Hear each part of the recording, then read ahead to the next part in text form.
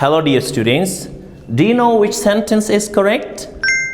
You should have said all of them are correct. But I know many English learners get confused about sentences like these. If you're also confused, then don't worry, because in today's lesson, you're going to learn many interesting English differences just like these. Are you eager to learn them? Okay, now let's start today's interesting lesson. Number 1, he is in the hospital or he is at the hospital.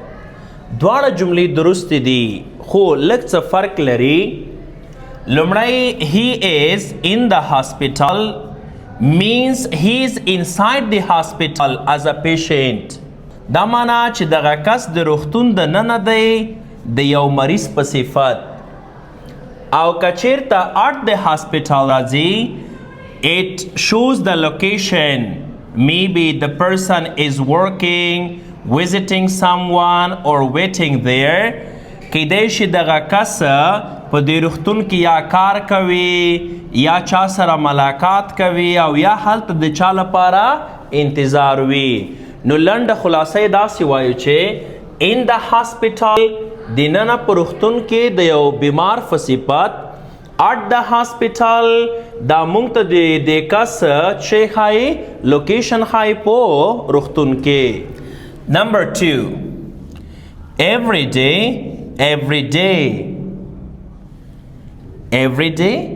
لږ فاصله منځ کې شته.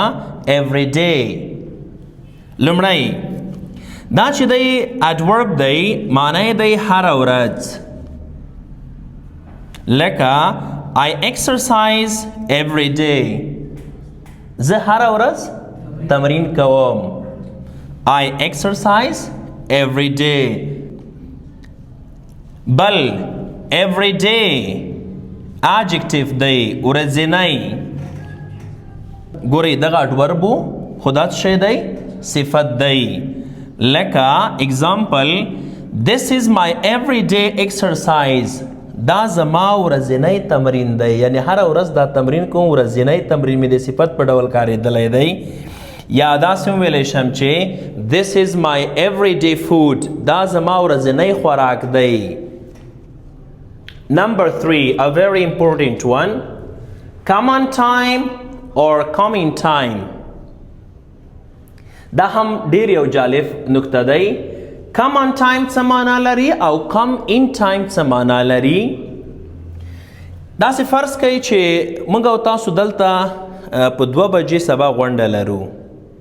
زموږ او تاسو مشر موږ ته وایي یو نفر ته وایي چې 2 بجې غونډه ده که نه چې come on time او بل نفر ته وایي چې come in time.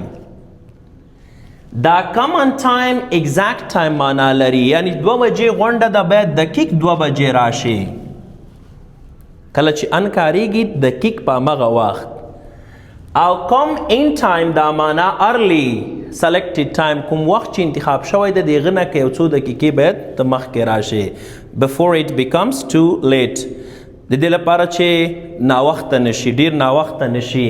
مثلا غونډه 2 بجې دی خو که یو څوک تا ته وایي چې ته باید لاس کم 2 بجې راشي نو څه به درته وایه؟ come in time. come on time په همغه دقیق وخت، come in time له هغه دقیق وخت نه لږ وړاندې.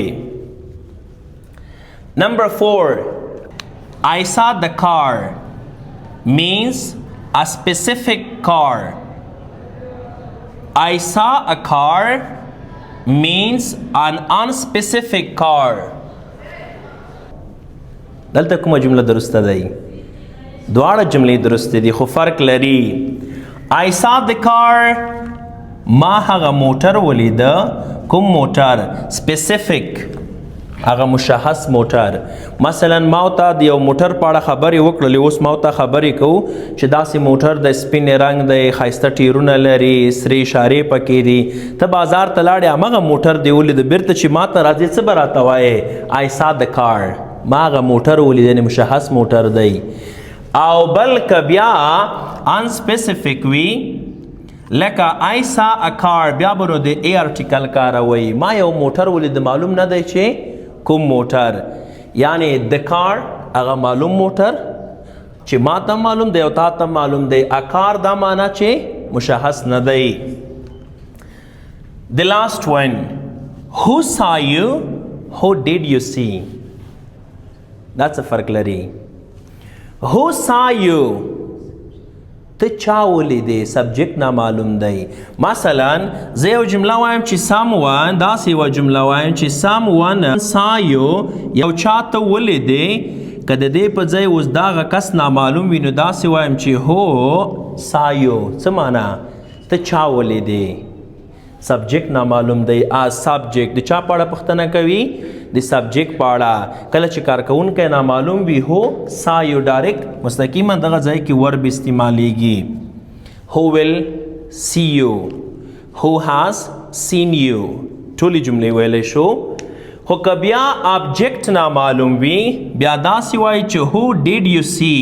ګوره لیدل تا کړي دي خو هغه کس چې لیدل شوی دی هغه نامعلوم دی. کله چې آبجیکټ نامعلوم وي بیا داسې وایي چې who did you see. بیا نو اول who کاروو، د هغه نه وروسته auxiliary verb، بیا سبجیکټ، بیا verb. یا مثلا بل مثال وایم، تا چا ته زنګ وکړ. who did you call. تا چا ته زنګ وکړ. زنګ تا کړی ته معلوم یې، او چا ته دې زنګ کړی دی هغه څنګه دی؟ هغه نامعلوم دی. تر بلې ویډیو چې بیا داسې یو درس انتخابو، ښې چارې او ښه وختونه.